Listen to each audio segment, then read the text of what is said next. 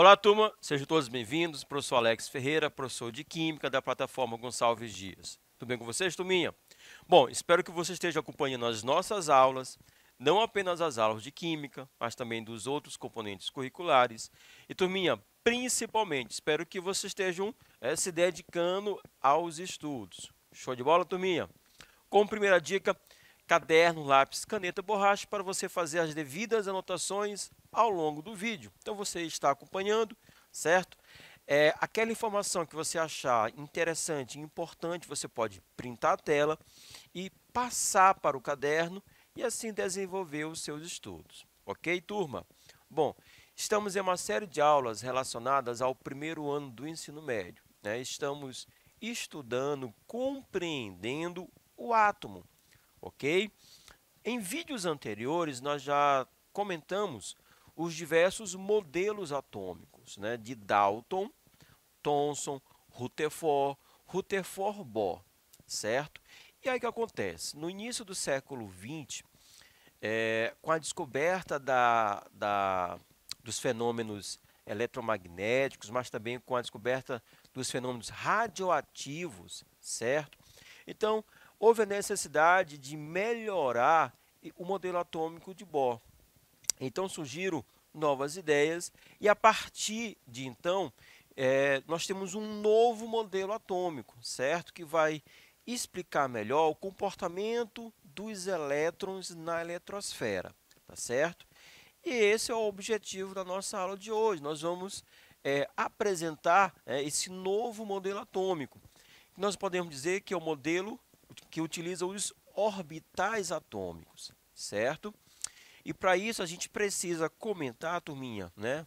Iniciando, a gente precisa apresentar o princípio da dualidade e o princípio da incerteza, que foram formulados por de Broglie e Heisenberg, certo? Bom, em 1924, de Broglie disse que a todo elétron em movimento está associado uma onda característica, certo?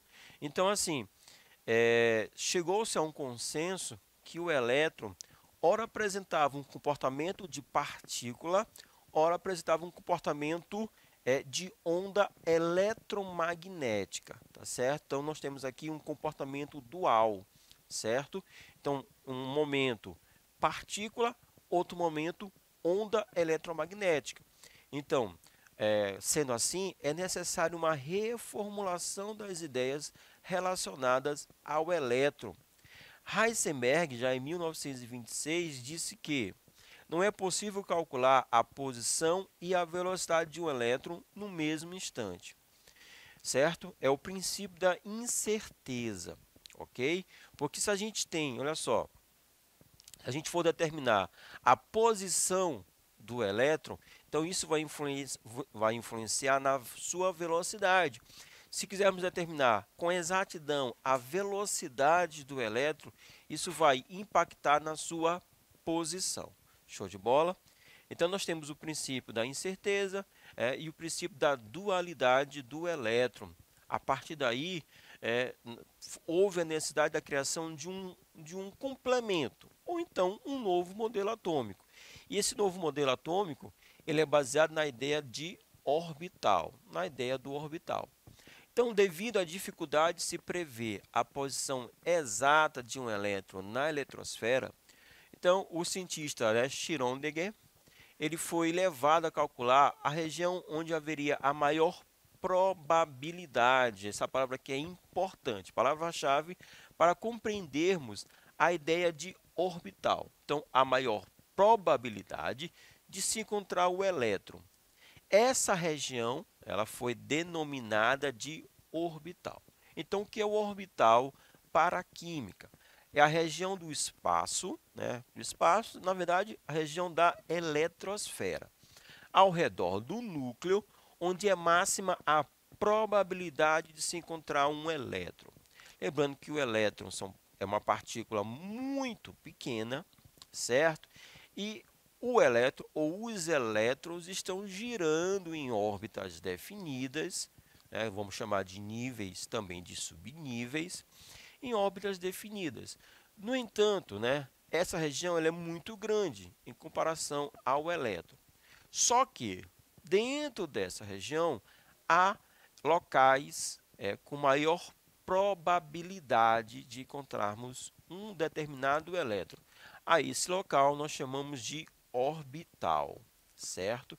E aí nós podemos representar, turminha, ó, através dessas duas figuras. No modelo atômico de Rutherford, né, esse primeirinho aqui, o elétron seria uma partícula girando em alta velocidade em uma órbita circular. Então, nós temos aqui o núcleo, beleza? O elétron girando ao redor desse núcleo em órbitas circulares, ok?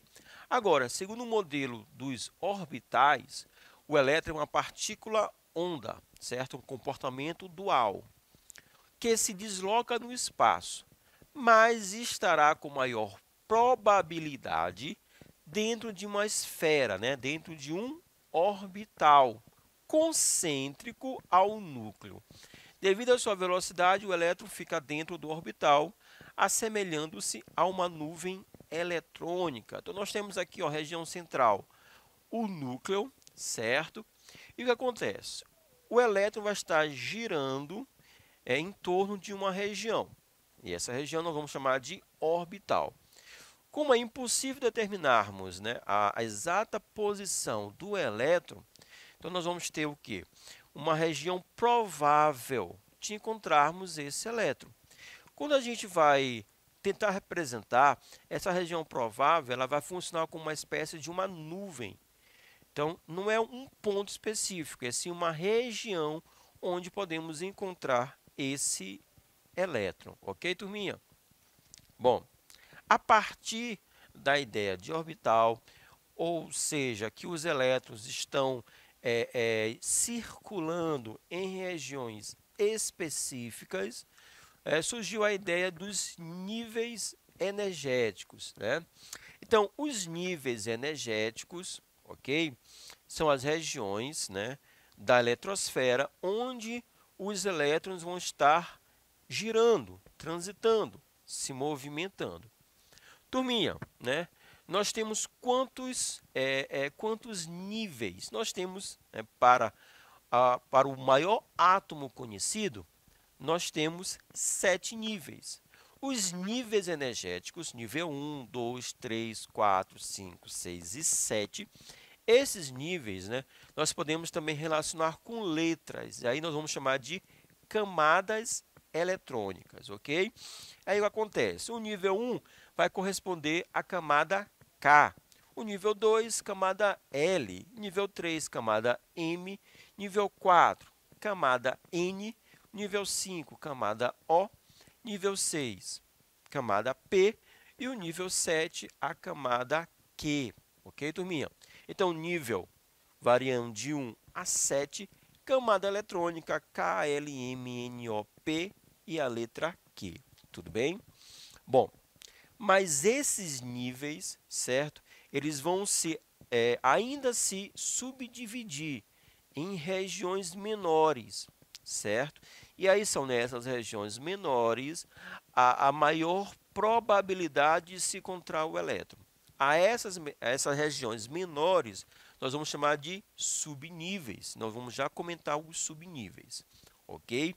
Os níveis eletrônicos, voltando aqui para os níveis, eles estão em uma ordem crescente de energia, sendo que o nível 1, né, a camada K, é a menos energética. Então, essa camada ela vai ser ocupada inicialmente, primeiramente, e aí, dependendo da quantidade dos elétrons, né, e da capacidade energética deles, as camadas seguintes, né, os níveis seguintes, 2, 3, 4, vai sendo ocupado.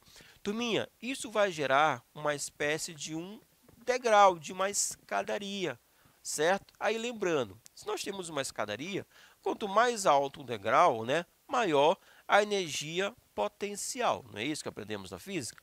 Ou seja, maior conteúdo energético. Então, os primeiros degraus, o primeiro degrau, ele contém um conteúdo energético menor. Então, ele vai ser ocupado primeiro. E assim, dependendo da quantidade de energia, os outros níveis vão ser ocupados, ok? E aí falamos dos subníveis. Então, cada nível ele vai apresentar uma certa quantidade de subníveis, certo? Então, os subníveis são as subdivisões dos níveis. Olha só, o nível 1 ele vai apresentar apenas um subnível. Aí, os subníveis eles vão ser denominados por letras. Eu tenho a letra S, P, D, F, subnível S, subnível P, subnível D, subnível F. Então, nível 1, subnível S. Nível 2, nós vamos ter dois subníveis, o S, 2S, e o P, 2P. Turminha, o terceiro nível, vamos ter três subníveis, 3S, 3P, 3D. Quarto subnível, 4S, 4P, 4D, 4F. E aí você poderia pensar, então, no nível 5, vou ter 5 subníveis. Teoricamente, sim, mas na prática, não. Na prática, ainda nós vamos parar no subnível F, ok? Pode ser que mais na frente, no futuro, novos átomos sejam descobertos. E aí, esses outros subníveis vão ser utilizados. Então, esse esquema aqui, turminha, é o esquema para o maior átomo, ou então a distribuição em nível subnível para o maior átomo existente atualmente, certo?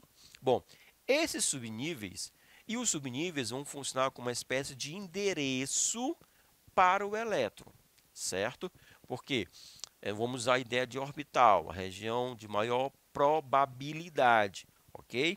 Então, essa região funciona como um endereço.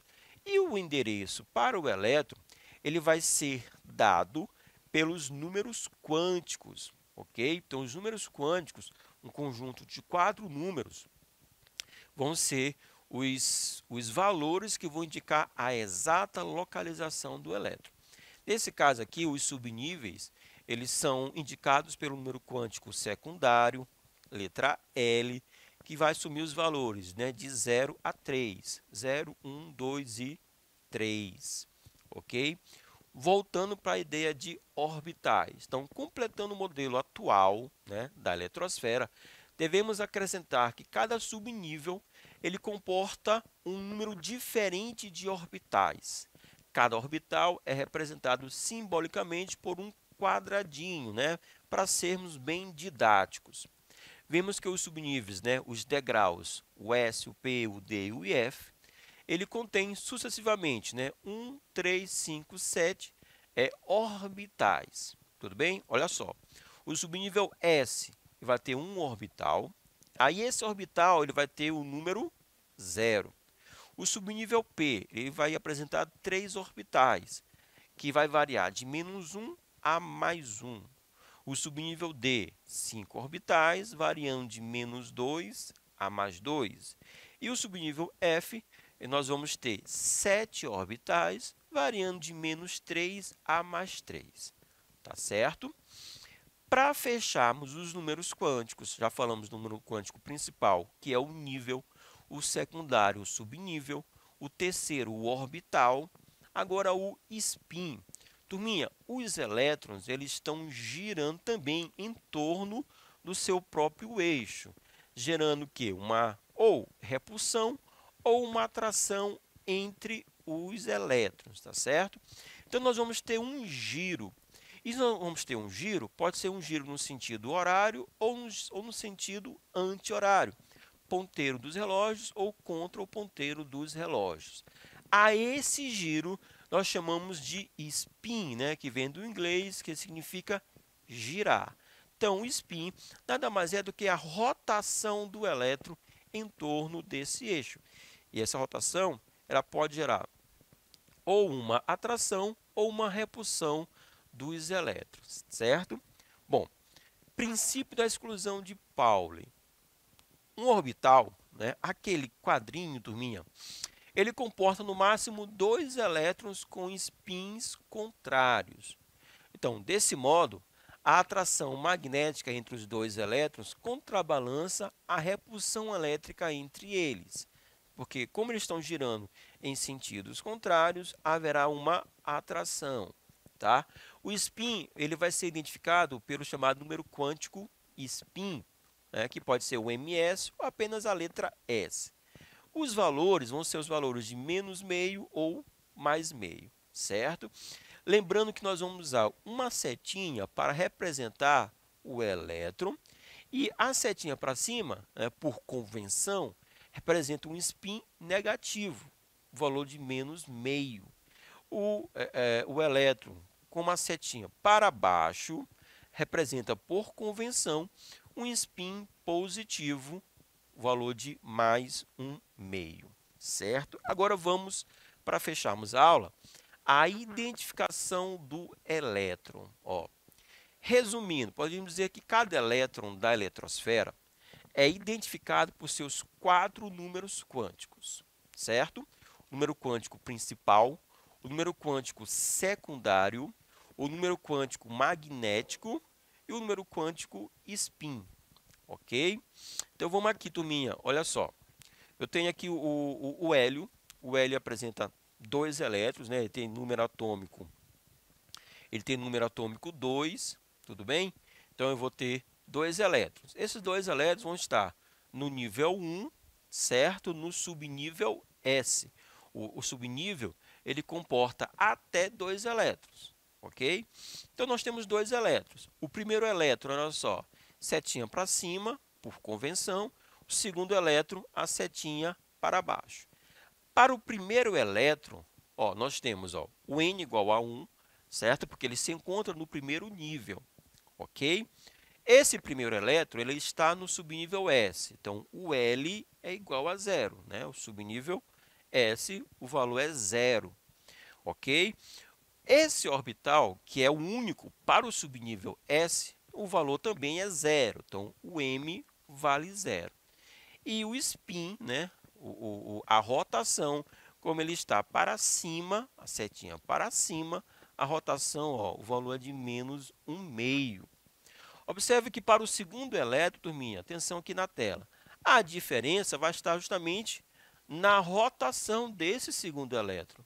Como a setinha é para baixo, então, olha só, o que vai diferenciar vai ser o spin, que nesse caso vai ser o valor de mais 1/2, tá certo? Agora, olha só, nós temos aqui um outro elemento, só que nós destacamos o elétron, olha só, o elétron nessa distribuição eletrônica. Então, nós temos aqui, ó, nesse degrau, ok? Esse elétron, ele está localizado onde, turminha? Está localizado, ó, no nível 3. Então, primeiro nível, segundo nível, terceiro nível. Então, nós temos aqui um elétron situado no nível 3. Observe que esse elétron ele está dentro de um conjunto de 3 orbitais. Então, isso quer dizer que esse elétron ele está localizado no orbital P. Orbital P, o subnível P, melhor dizendo, o subnível P ele possui 3 orbitais, ok? Aí, olha só, qual seria o conjunto de números quânticos para esse elétron? Bom, o número quântico principal é 3, né? O N igual a 3. Por quê? Porque ele está localizado no nível 3. Então, número quântico principal, 3. Beleza? Aí, esse elétron, olha só, ele está no subnível P. Aí, o subnível ele vai variar ó, de menos 1 a mais 1. Ele está localizado exatamente ó, no orbital menos 1. Então, orbital, beleza? Menos 1, certo? O subnível P ele vai valer 1, o subnível S vale 0, o P vale 1. Então, o L vale 1 e o orbital vale menos 1. Como esse elétron ele está apontando para cima, né, de forma simbólica, de forma representativa, eu tenho a setinha para cima, então isso quer dizer que o seu valor de spin, o seu spin vale menos 1/2. Turminha, esse é o conjunto de 4 números quânticos. Então eu posso dizer que esse elétron ele é o 3p1, tá certo? Localizado no nível 3, subnível P, certo? Com apenas um elétron. Ok, turminha? Um pouquinho da nossa aula, espero que vocês tenham gostado. Ficando por aqui, forte abraço, valeu!